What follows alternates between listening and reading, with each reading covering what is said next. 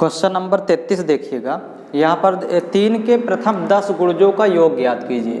तो 3 के प्रथम 10 गुणज पहले लिखेंगे। यहाँ पर 3 के प्रथम 10 गुणज, गुणज का मतलब यहाँ पर होगा पहाड़ा। तो देखिए प्रथम 10 गुणज ये सभी यहाँ पर देख लेंगे। पहले पहला गुणज होगा 3, फिर दूसरा गुणज होगा 6, पहाड़ा लिखना 3 का 3, 3 दूनी 6, 3 तरह का 9। इस तरह डायरेक्ट 10वां गुणज लिखना है तो गुणा कर देंगे आपस में, 3 दाम 30, 10वां गुणज हो जाएगा 30। तो यहाँ पर यदि देखें कुल पद कितने हैं तो n बराबर 10 हो जाएंगे। टोटल पद यहाँ पर n बराबर 10। तो ये तो पता हो गया क्योंकि 3 के प्रथम 10 गुणज का योग निकालना है तो n की वैल्यू 10 हो जाएगी। अब योग निकालना है तो देखिएगा योग बराबर होता है, यहाँ पर अंतर समान है, 3 3 का अंतर होगा 3 के गुणज में, 3 का 3, 3 दूनी 6, 3 तरह का 9। इस तरह से 10 गुणज, यहाँ 10वां गुणज 30 होगा। तो जब अंतर समान हो तो योग का फार्मूला होता है कि प्रथम पद और प्लस अंतिम पद और बटे होता है 2 हमेशा, यहाँ पर ध्यान रखेंगे, और गुणे n। n का मतलब यहाँ पर जो पद हैं 10, ये यहाँ प्रश्न में भी दिया है 10, तो गुणे 10 करेंगे तो वैल्यू हो जाएगी। देखिएगा 2 1 कम 2, 2 पंचे 10, इसको कैंसिल आउट करेंगे तो 30 और 3 जुड़ेगा तो यहाँ 33 हो जाएगा। गुणे 5 करेंगे तो देखिए 5 3 15 की 5 हासिल 1, 5 3 15 1 16, 165 होगा योग 3 के प्रथम 10 गुणजों का। तो यहाँ याद रखेंगे ये सूत्र ही होता है प्रथम पद और अंतिम पद, और बटे हमेशा 2 रहता है, गुणे यहाँ n की वैल्यू ये देखिए 10 दिया है, प्रश्न में भी 10 दिया है, तो इसका उत्तर होगा 165। नेक्स्ट देखिएगा प्रथम 5 अभाज्य संख्याओं का योग क्या होगा। अब प्रथम 5 अभाज्य संख्याओं का योग देखिएगा इसका सल्यूशन। तो पहली अभाज्य संख्या 2 होती है तो यहाँ पर लिखेंगे 2, फिर इसके बाद दूसरी अभाज्य संख्या 3, तो 2 प्लस 3 प्लस फिर अगली 5 होगी, फिर उसके बाद होगा अभाज्य संख्या 7। अभाज्य का मतलब होता है जो स्वयं से और 1 से कटे, बाकी किसी संख्या से न कटे। तो 2 3 5 7, फिर अगली अभाज्य संख्या लेंगे 11। तो ये हो गई प्रथम 5, 1 2 3 4 5। अब इनका योग निकालना है तो जोड़ देंगे सभी को।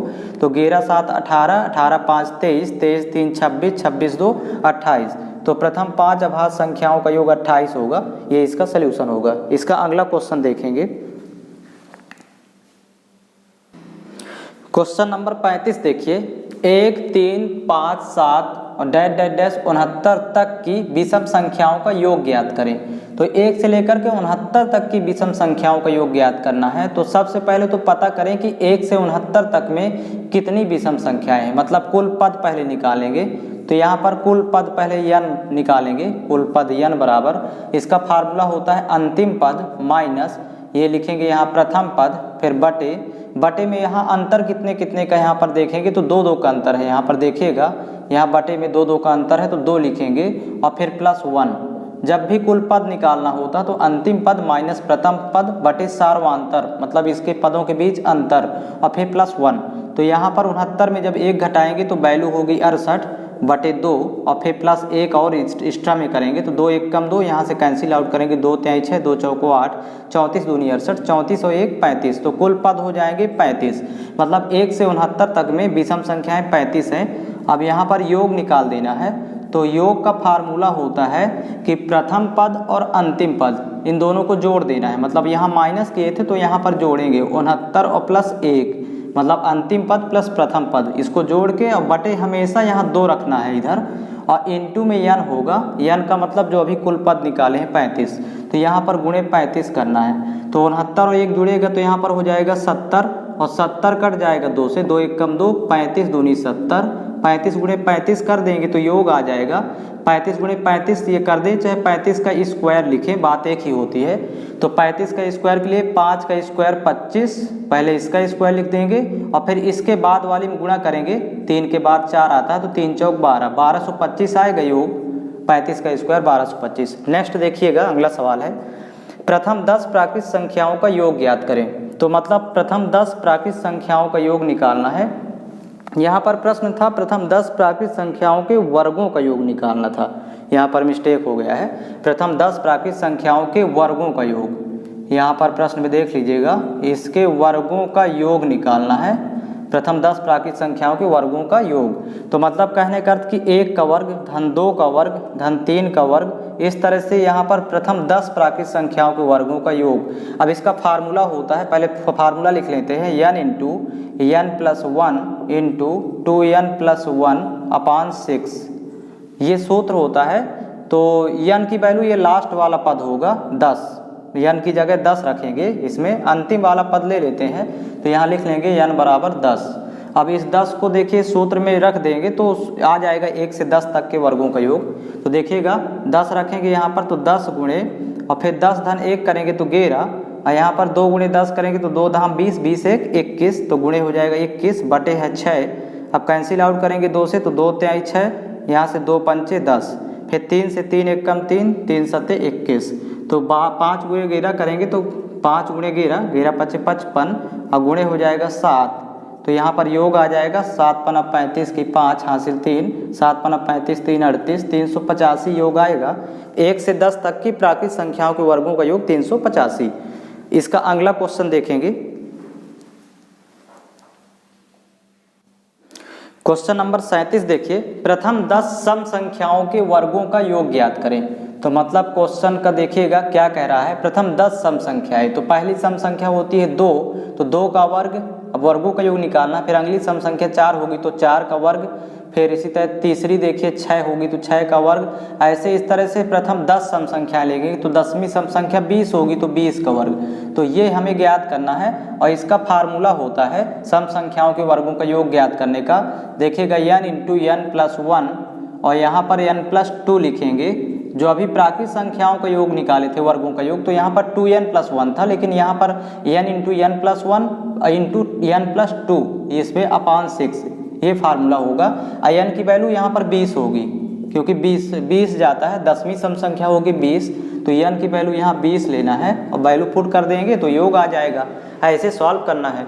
तो यहाँ पर देखिए 20 गुणे और 20 1 21 गुणे यहाँ पर 20 2 22 और बटे हो जाएगा 6। फिर कैंसिल आउट करेंगे 2 से तो 2 तिहाई 6, 2 दहम 20, फिर 3 से 3 1 कम 3, 3 सत्ते 21, तो यहाँ पर देखिए 22 सत्ते 154 हो जाता है, 22 गुणे 7 और एक शून्य लगा देंगे क्योंकि 10 से गुणा करेंगे तो एक शून्य, तो 1540 होगा योग। प्रथम 10 सम संख्याओं के वर्गों का योग इस तरह निकालेंगे। फार्मूला याद रखिएगा, n into n plus 1 into n plus 2 अपान 6, ये सूत्र होता है। अगला देखिए, यदि किसी संख्या को 32 से भाग देने पर 29 शेष बचता है तो इसी संख्या को 8 से भाग देने पर शेष क्या बचेगा। तो यहाँ पर देखेंगे ये पहला शेष बच रहा है 29, 32 से भाग देते हैं किसी संख्या में, वो संख्या पता नहीं है। यदि किसी संख्या में 32 से भाग दें तो 29 शेष बचता है, तो हमें 29 पर फोकस करना है। और देखिएगा उसी संख्या में 8 से भाग देने पर शेष क्या होगा, तो ये प्रथम शेष में ही 8 से भाग दे देना है, ये याद रखिएगा, तो दूसरा शेष मिल जाएगा। तो 8 3 24, 3 बार जाएगा यहाँ, और यहाँ शेष बच रहा है, देखिए 9 में 4 घटाएंगे 5, यहाँ शून्य, तो 5 शेष बचेगा, यही इसका उत्तर होगा। तो मतलब कहने का अर्थ कि प्रथम शेष में ही ये भाग दे देंगे तो जो शेष आएगा वही उत्तर हो जाएगा। इस तरह का जब भी प्रश्न मिले। नेक्स्ट क्वेश्चन देखिएगा, 39 नंबर प्रश्न देखिएगा, 100 व 300 के बीच ऐसी कितनी संख्याएं हैं जो 13 से विभाज्य हैं। जब भी इस तरह का प्रश्न आए तो जब 2 के बीच पूछे तो ये छोटी वाली संख्या को 1 बढ़ा देंगे, मतलब 101, और बड़ी वाली संख्या को 1 कम कर देना है, तो 299, 300 में 1 कम कर लेंगे, ये पहले कर लेना है, ध्यान रखेंगे। अब यहाँ पर कुछ नहीं करना, जब सॉल्यूशन करेंगे तो 101 में भाग करेंगे 13 से और माइनस यहाँ 299 भागे 13। अब पूर्णांक मान निकालना है, भाग करेंगे पूर्णांक मान में, दशमलव नहीं निकालना, तो 13 एकम 13, 13 सत्ते 91, 7 बार जाएगा, 8 बार में 104 हो जाता है, तो ये पूर्णांक 7 आ गया। यहाँ भी देखिए पूर्णांक में ही निकालना है, तो 13 दूनी 26, फिर 3 39 हुआ, 13 3 39, 23 बार जाएगा पूरा पूरा, दशमलव में नहीं निकालना, केवल पूर्णांक में निकालेंगे। अब 23 में 7 घटाएंगे तो यहाँ पर हो जाएगा 16, 16 7 23 होता है। तो यहाँ पर ध्यान रखेंगे कि 16 ऐसी संख्याएं होंगी जो 13 से विभाज्य है, ऐसे ही इसको सॉल्व कर देना है। नेक्स्ट देखिए, जैसे 200 व 500 के मध्य ऐसी कितनी संख्याएं हैं जो 4 व 5, यहाँ पर देखिए दोनों हैं, 4 व 5 दोनों से विभाज्य हैं। तो सेम इसी तरह सॉल्व करेंगे, इसको 1 बढ़ा देंगे छोटी वाली संख्या को और इसको 1 घटा लेंगे तो 499 हो जाएगा। इसको 1 ज़्यादा कर लेना है, इसको 1 कम कर लेना है। अब देखिए सेम उसी तरह सॉल्व करेंगे, 201 बटे, अब यहाँ 4 और 5 दो संख्याएं दिया है तो 4 5 का एलसीएम निकालेंगे, 4 5 का एलसीएम होगा 20, लघुत्तम समापवर्तक 20 आएगा। तो 20 से भाग कर देंगे तो 201/20 माइनस 500 की जगह ये 499 है तो 499/20। अब यहाँ भी पूर्णांक मान निकालना है, मतलब पूरा भाग इसमें दशमलव में नहीं निकालेंगे। तो देखिए कितने बार जा रहा है, तो 20 एक कम 20, फिर भाग नहीं जाएगा तो 10 होगा, मतलब 20 दहम 200, तो ये 10 ही आएगा। यहाँ पर देखेंगे 20 एक कम 20, 20 दूनी 40, और यहाँ पर बचा 9 99, तो 20 चौक 80, तो 4 बार मतलब 24 बार जाएगा पूर्णांक में, फिर दशमलव आ जाता है तो हमें पूर्णांक में निकालना है। फिर 24 में 10 घटा लेंगे तो यहाँ 14 ऐसी संख्याएं होंगी, 24 में 10 माइनस करने पर, जो 4 व 5 दोनों से विभाजित होगी, वो भी 200 और 500 के बीच। तो यही इसका उत्तर होगा। इस तरह सॉल्व करना है। नेक्स्ट क्वेश्चन देखिएगा, 41 नंबर क्वेश्चन देखिए, 1708 में से कौन सी छोटी से छोटी संख्या घटा दें कि प्राप्त नई संख्या 13 से पूरी विभाजित हो जाए। तो यहाँ पर देखिएगा जब इसको सॉल्व करेंगे तो 1708 में 13 से पहले भाग करना है, जब भी इस तरह का प्रश्न आएगा, और भाग करके शेष प्राप्त करना है, वही संख्या घटाएंगे। घटाने के लिए जब भी बात करें तो शेष देखेंगे कितना आएगा, तो एक बार जाएगा 13 एक कम 13, और यहाँ पर देखिए 7 में 3 घटाएंगे 4, यहाँ 0 हुआ तो ये 0 उतारेंगे 40 हुआ। अब 3 बार जाएगा 13 3 39, यहाँ पर घटाएंगे तो 1 बचेगा, ये 8 आ जाएगा। फिर एक बार जाएगा 13 एक कम 13, तो शेष बचेगा 5। तो ये जो शेष बचा यही अभी संख्या होगी, मतलब घटाने वाली संख्या 5 होगी।